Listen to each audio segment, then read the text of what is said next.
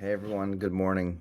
4:40 Friday morning. I haven't had my coffee at the beach yet. I've written 20 contracts in the last 10 days and I'm tired, frankly.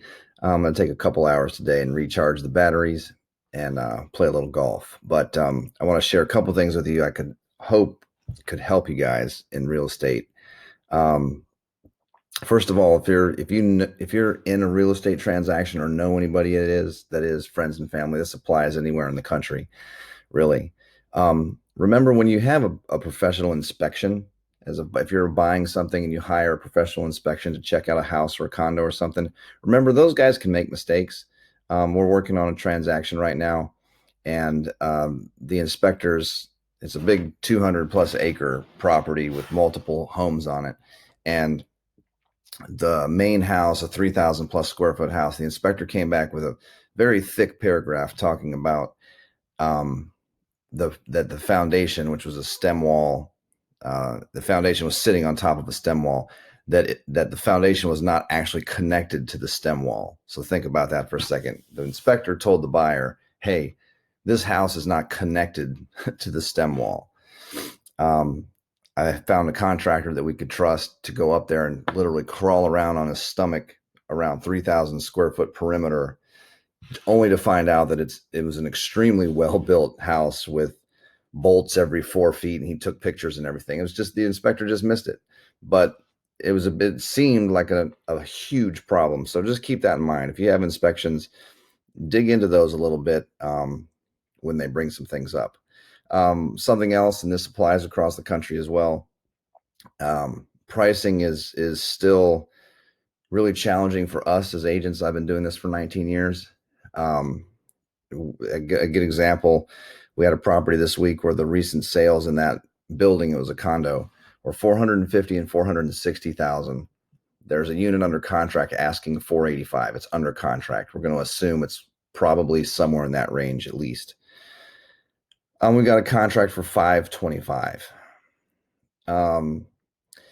Doesn't make any sense in some ways, but when you look at data, but just keep this in mind. There's such incredible demand right now.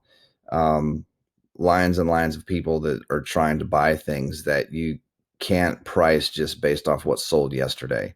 I saw a picture from Atlanta, Georgia this week of something like just rows of cars waiting to get into an open house, and something like 130 offers were placed on this house. When it went on the market, it sold for $200,000 more than asking. I heard a story 2 days ago at our company's spring sales event, and an experienced agent had received multiple offers on a house that went $250,000 higher than the asking price. This was an experienced agent that priced it, and he missed it. Or he didn't miss it, but he was surprised by the market. We're getting surprised by the market every day. If you're selling, a couple things: be extremely bold in your pricing. I mean, first of all, work with a professional who understands all this, but be extremely bold in your pricing and make sure you have a plan. I said this again yesterday. I'm going to keep saying it. Make sure you have a plan to be able to get to a closing on high prices. You have to be creative in the marketing. You have to be creative in the release. But some pretty incredibly high prices are happening right now. I think we're getting a little bit spoiled. I don't want you guys to forget that markets change. Markets can turn off sometimes very quickly. We've been in an extremely hot market for almost 2 years now. Look at what's happening in the world.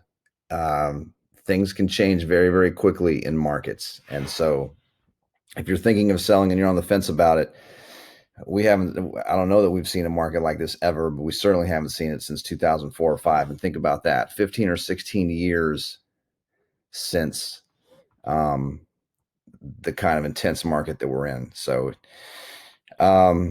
one couple things just so you can see it in the numbers. If you can see this, this is the Gulf front condo market.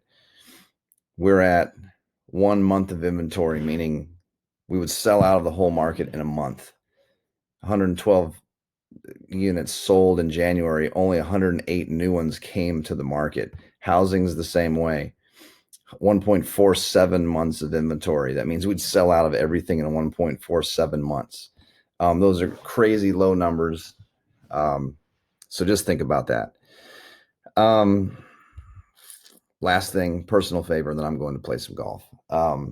My daughter is in an AP research class. She's a junior in high school, and it's completely off topic. So if you don't want to hear, real estate's done. Personal favor for you. My daughter's an AP research class, which is going to give her college credit already.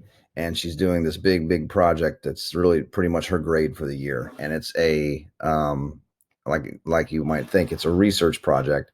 And so she needs a lot of data. And the challenge for her is that she's picked 4 to 10-year-olds as her control group, or the people that she's surveying. So we're trying to find as many parents who would be willing to help participate if they have a 4 to 10-year-old. I'm going to put the link to the survey. It's a 2-step process. It doesn't take a lot of time, but there's 2 steps. First of all, just need you to click on this survey if you'd like to take a few minutes and just give us some information about, or give her some information about, is your child male or female? It's completely anonymous. There isn't anything about anything that shows up. She's not sharing data. The whole thing is completely anonymous. So she's sensitive to that, but she could really use some more data for the project. So I'm trying to do her a favor. There's a link below. So if you'd love to help her out, I think it's 2 steps again. I think you click on the link and say if you have male or female and the age, essentially, I think. And then she'll set you up with the questions. It doesn't take very long, but it's something that could really help her out in a pretty important class. So if that's something, if you know anybody, if you don't have 4 to 10-year-olds, but you know anybody and you could share that link, the more the better. She'd love to have just a ton of data to be able to present this project. She ends up collecting the data, doing the research, and then presenting like a 45-minute presentation on what she's found. So anyway, more real estate next week. Thanks, guys. Have a good weekend.